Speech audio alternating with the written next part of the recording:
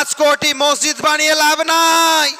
যদি ইমামের বেতন 5,000 টাকা হয়, মসজিদের মধ্যে বড় বড় গম্বুজ তৈরি করেছে আর ইমামে থাকার জায়গাটা সিঁড়ির তলায় করেছে। এই মানুষ বিবেক করুন, বুকের মধ্যে হাত দিয়ে হক কথা বলুন তো, ওই মসজিদে ওই ইমামের পেছনে নামাজ হবে? এই নামাজ কবুল হবে? কোটি টাকার মসজিদ তৈরি করেছো, মসজিদের টাইলস বসিয়েছো, মার্বেল পাথর বসিয়েছো, লাইট দিয়ে জাঁকজমক করে সাজিয়েছো, রাজকীয় ব্যবস্থা করেছো, আর ইমামের বেতন 5,000 রেখেছো, 7,000 রেখেছো, বড় বড় গম্বুজ তৈরি করেছো, ইমামের জায়গা সিঁড়ির তলায় করেছো। বিবেক আছে? বিবেক আছে? বিবেক যদি থাকতো কোটি টাকার মসজিদ বানিয়ে লাভ নাই। 10 লাখ টাকার মসজিদ বানাও, ইমামের বেতন বাড়িয়ে দাও, নামাজ কবুল হবে, ইবাদত হবে। আর বেটা কোটি টাকার মসজিদ তৈরি করেছো, ইমামের বেতন 5,000 করেছো, নামাজ কবুল হবে?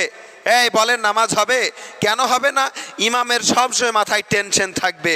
আরে নামাজের যে একটা মনোযোগ, যদি বাড়ির ফ্যামিলির, বিবির, বাচ্চার, সমস্ত ফ্যামিলির যখন চিন্তা একটা ইমামের উপরে আসে, সেই ইমাম চিন্তা করে 5,000 টাকা বেতন, সংসার চালাবো না ওষুধ কিনবো, নিজের কাপড় কিনবো না নিজের বইয়ের কাপড় কিনবো, ছেলের কিনবো না মেয়ের কিনবো, এইরকম টেনশন যদি থাকে, মুসল্লি চিন্তা করছে না, বলেন নামাজ হবে?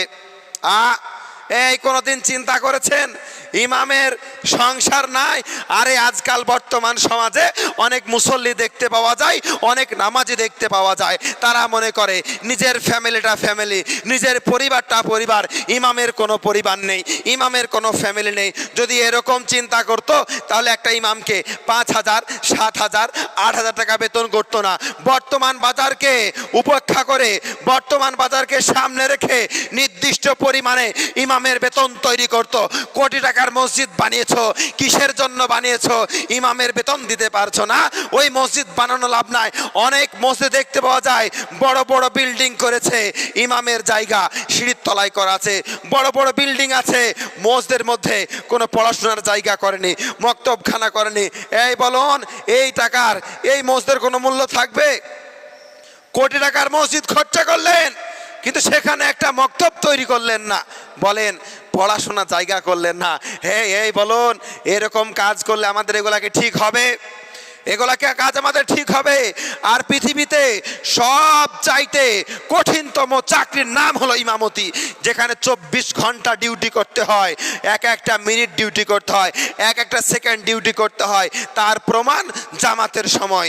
জামাত যখন শুরু হয়ে যাবে, মানুষ উট পেতে আপনার খরগোশের মতো ঘড়ির দিকে তাকিয়ে থাকবে।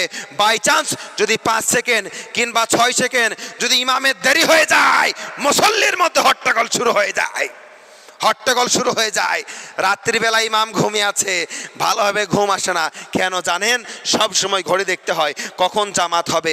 জামাত হয়তো শুরু হয়ে গেল, জামাত কিংবা ধরতে পারবো না, ঘুম ভাঙলে ঘড়ি দেখে, তাহলে রাত্রেও ডিউটি আছে। প্রত্যেক মানুষ ঘুরতে যায়, বেড়াতে যায়, ফ্যামিলির সঙ্গে কোনো দাওয়াত খেতে যায়, বিয়ে অনুষ্ঠানে যায়, এরা মনে করে ইমামের এগুলো দরকার নাই। ইমাম যদি বাই চান্স কোনো জায়গায় দাওয়াতে যায়, মুসল্লিতে আপনার নামাজিতে হট্টগোল আরম্ভ করে দেয়। প্যারে মুসলমান, যে ইমামের পিছনে নামাজ পড়ছো তাকে ভালোবাসতে শিখো, তাকে সময় দিতে শিখো, তার পেছনে সমালোচনা করো না।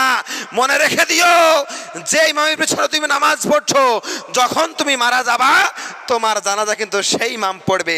যে ইমামকে গালি দিচ্ছ, যে ইমামের পেছনে সমালোচনা করছো, যে ইমামকে বাজে বাজে মন্তব্য করছো, তোমার জানাজার নামাজ কিন্তু সেই ইমাম পড়াবে। তাই ইমামদের সমালোচনা করা নয়, ইমামদেরকে রেসপেক্ট করুন, সম্মান করুন। প্যারে মুসলমান, দুনিয়া আখিরাত দুটাই ভালো হবে।